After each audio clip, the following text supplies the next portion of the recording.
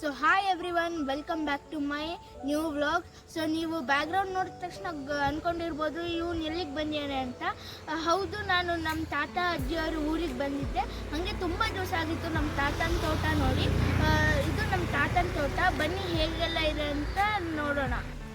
ಜೊತೆಗೆ ನಿಮಗೂ ತೋರಿಸೋಣ ಅಂತ ಬಂದಿದ್ದೀನಿ. ನಿಮಗೆ ಯಾವ್ಯಾವ ಮರದ ಬಗ್ಗೆ ಎಲ್ಲ ಎಕ್ಸ್ಪ್ಲನೇಷನ್ ಕೊಡ್ತೀನಿ, ಏನೇನು ಆಗ್ತಿದೆ ಅಂತ ಎಲ್ಲ ತೋರಿಸ್ತೀನಿ. ಬನ್ನಿ ಶುರು ಮಾಡೋಣ. ಇದು ಇವಾಗ ಚಿಕ್ಕ ತೆಂಗಿನ ಸಸಿಗಳು ಗೈಸ್. ಇದಕ್ಕಿಂತ ಚಿಕ್ಕದು ಇರುತ್ತೆ, ಬಟ್ ನಮ್ಮ ತೋಟದಲ್ಲಿ ಇಲ್ಲ. ಇದು ದೊಡ್ಡದು ಬೆಳೆದು ಇಷ್ಟು ದೊಡ್ಡದಾಗಿದೆ, ಆದರೂ ಇದರಲ್ಲಿ ಇದು ಚಿಕ್ಕದು. ಇವಾಗ ಇದಕ್ಕಿಂತ ದೊಡ್ಡದಾಗಿರುವಂಥದ್ದು ಇದು ಗೈಸ್.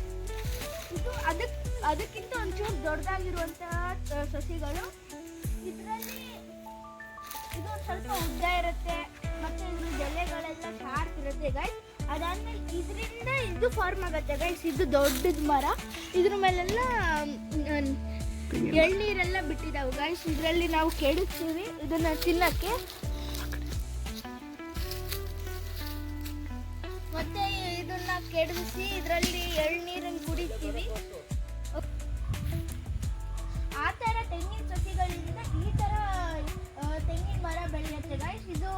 ಇದು ಬೆಳೆಯೋಕ್ಕೆ ತುಂಬ ವರ್ಷಗಳು ಬೇಕು, ಮತ್ತೆ ಫಲ ನೀಡೋಕ್ಕೆ. ಮತ್ತೆ ಇದಕ್ಕಿಂತ ದೊಡ್ಡದಿರೋದು ಈ ಮರ ಗೈಸ್ ನೋಡಿ. ಇದರಲ್ಲಿ ಎಳ್ನೀರಿಲ್ಲ, ಏಕೆಂದರೆ ಇದಕ್ಕೆ ಸರಿಯಾಗಿ ನೀರು ಸಿಗ್ತಿಲ್ಲ. ಮತ್ತೆ ಇದರಿಂದ ಕಾಯಿ ರೇಟು ಜಾಸ್ತಿ ಆಗ್ತಿದೆ. ನೀವು ಗೊತ್ತು, ಇವಾಗ ಫಸಲು ಕಮ್ಮಿ ಆಗಿದೆ, ಅದಕ್ಕೆ ಈ ಕಾಯಿ ರೇಟ್ ಜಾಸ್ತಿ ಆಗ್ತಾ ಹೋಗ್ತಿದೆ. ಮತ್ತೆ ಅದ್ರ ಬೆಲೆನೂ ನಮಗೆ ಹೆಚ್ಚಾಗ್ತಿದೆ. ನಾವು ಅದನ್ನ ಅಫೋರ್ಡ್ ಮಾಡೋಕ್ಕಾಗ್ತಿಲ್ಲ ಗೈಸ್. ಬರೀ ತೆಂಗಿನ ಸಸಿ ಇಲ್ಲ ಗೈಸ್ ನಮ್ಮ ತೋಟದಲ್ಲಿ, ಬೇರೆ ಬೇರೆ ಮರಕ್ಕೆ ಸಸಿ. ಬನ್ನಿ ತೋರಿಸ್ತೀನಿ. ಚಿಕ್ಕದಾದ ಅಡಿಕೆ ಸಸಿ ಗೈಸ್. ಇದು ಅಡಿಕೆ ಸಸಿನೇ, ಬಟ್ ಅದಕ್ಕಿಂತ ಚಿಕ್ಕದು.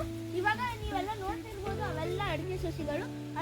ಇವೆಲ್ಲ 6 ತಿಂಗಳದು ನೋಡಿ ಗೈಸ್. ಇದು ಒಂದು ದೊಡ್ಡದಾದಂತ ಅಡಿಕೆ ಮರಗಳು. ಇದರಿಂದ ನಮಗೆ ಅಡಿಕೆ ಸಿಗುತ್ತದೆ.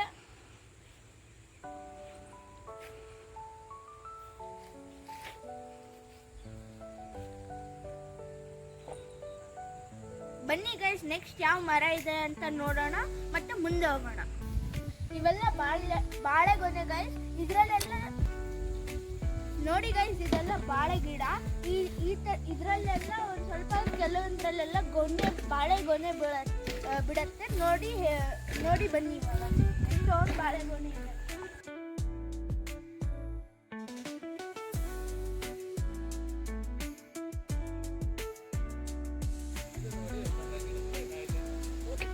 ಇದು ನೋಡ್ತಿದ್ದೀರಲ್ಲ ಗೈಸ್, ಇದು ಬಾಳೆ ಹೂವು. ಇವರಿಂದನೇ ಬಾಳೆ ಕಾಯಿ ಆಗೋದು.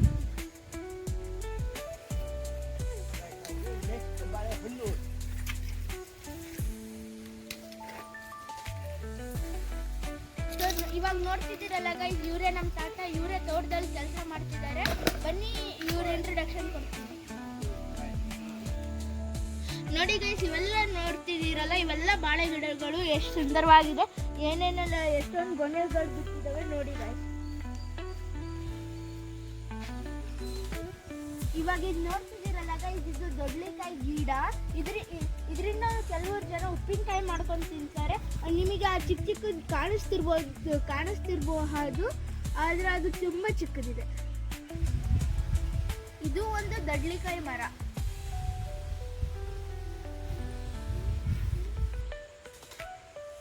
ಗೈಸ್, ಇದು ಸಪೋಟ ಮರ ನೋಡಿ. ಇಲ್ಲಿ ಚಿಕ್ಕದು ಸಪೋಟ ಬೆಳೀತಾ ಇದ್ದಾವೆ. ಚಿಕ್ಕ ಕಾಯಿಗಳು. ಇನ್ನು ಚಿಕ್ಕದು ಗಿಡ.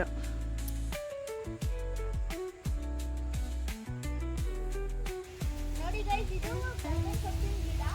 ಇದರಲ್ಲಿ ತುಂಬಾ ಗೈಸ್, ಇವೆಲ್ಲ ತುಂಬೆ ಹೂವು. ಇವೆಲ್ಲ ಶಿವಂಗೆ ತುಂಬಾ ಇಷ್ಟವಾದಂತ ಹೂವು. ಇವೆಲ್ಲ ಸಿಟಿನಲ್ಲಿ ಎಲ್ಲೂ ಸಿಗಲ್ಲ ಗೈಸ್. ಇವೆಲ್ಲ ಹಳ್ಳಿ, ಅದಕ್ಕೆ ಹಳ್ಳಿ ಇಸ್ ದಿ ಬೆಸ್ಟ್ ಅಂತಾರೆ. ನೋಡಿ ಗೈಸ್, ಇವೆಲ್ಲ ಪುಟ್ಟು ಬಾಳೆ ಗಿಡ. ಎಷ್ಟು ಚೆನ್ನಾಗಿದೆ ಅಲ್ಲ. ಇದಕ್ಕಾಗಿಯೇ ಹಳ್ಳಿಗರು ತುಂಬಾ ಆರೋಗ್ಯವಾಗಿರ್ತಾರೆ.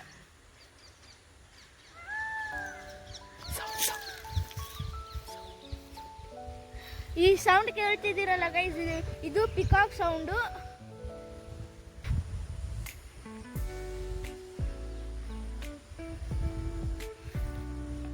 ಇದೇನಂತ ಅನ್ಕೊಂತಿದ್ದೀರಾ ಗೈಸ್, ಮಳೆ ನೆಚ್ಕೊಂಡ್ರೆ ಏನು ಗಿಡ ಮರಕ್ಕೆಲ್ಲ ನೀರು ಸಿಗಲ್ಲ. ಅದಕ್ಕೆ ನಮ್ಮ ತಾತ ಬೋರ್ವೆಲ್ಲನ್ನ ಡಿಗ್ ಮಾಡಿ ಬೋರ್ವೆಲ್ಲನ್ನು ಕಟ್ತಾರೆ.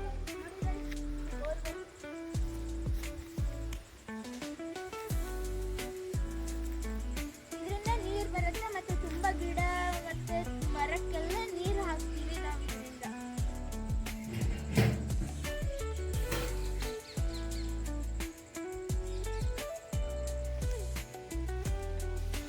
ಇಲ್ಲಿ ನೋಡಿ ಗೈಸ್, ಎಷ್ಟೊಂದು ತೆಂಗಿನ ಮರ ಕಾಣಿಸ್ತಿದ್ದಾವೆ ನಿಮಗೆ. ಇದರಿಂದ ನಮಗೆ ಸಣ್ಣ ಗಾಳಿ ಸಿಗ್ತಿದ್ದಾವೆ.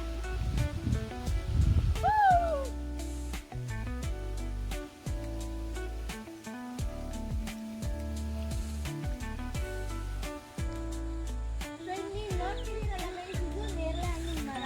ಇದರಲ್ಲೇನು ಹಣ್ಣು ಬಿಟ್ಟಿಲ್ಲ, ಯಾಕಂದ್ರೆ ಇದಕ್ಕಿನ್ನ ಸೀಸನ್ ಬರಬೇಕು.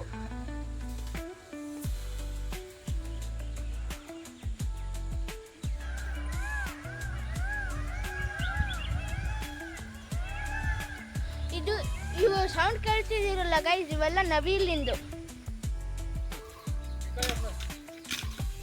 ನೋಡಿ ಗೈಸ್, ಈ ತರ ಎಲ್ಲ ಕೆಲಸ ಮಾಡಬೇಕು ತೋಟದಲ್ಲಿ.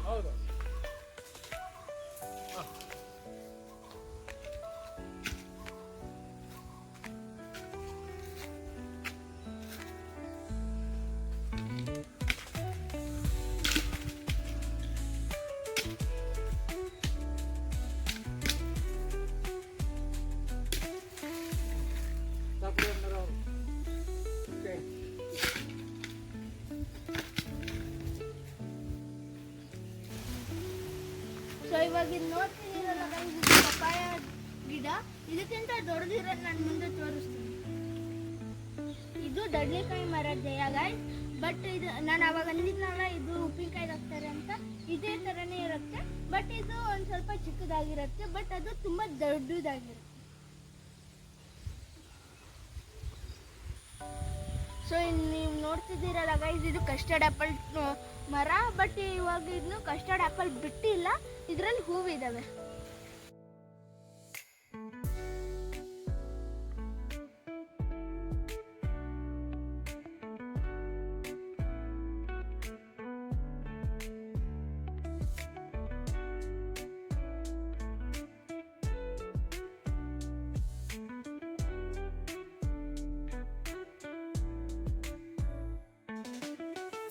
ಈ ಮರದಲ್ಲಿ ಎಷ್ಟೊಂದು ಮಾವಿನಕಾಯಿ ಬಿಟ್ಟಿದೆ ನೋಡಿ ಫ್ರೆಂಡ್ಸ್.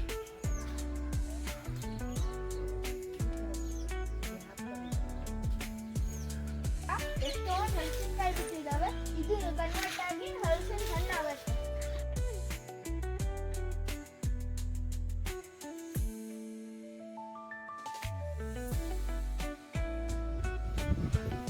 ನೋಡಿ ಗಾಯ್ಸ್, ಇದು ನಮ್ಮ ಮಾವ ಕಿತ್ತಿಟ್ಟಿರುವಂತ ಹಲಸಿನ ಹಣ್ಣು.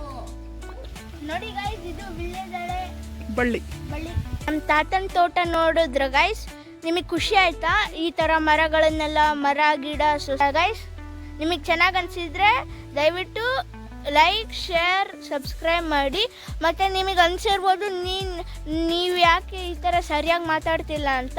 ಯಾಕಂದರೆ ನನಗಿಲ್ಲಿ ಬಾಯಿ ಹುಣ್ಣಾಗಿದೆ. ಅದಕ್ಕೆ ನಮಗೆ ಏನಾದರೂ ನಿಮಗೆ ಚೆನ್ನಾಗಿ ಅನ್ನಿಸ್ತಿಲ್ಲ ಅಂದರೆ ಪ್ಲೀಸ್ ತಪ್ಪು ತಿಳ್ಕೊಬೇಡಿ. Thank you.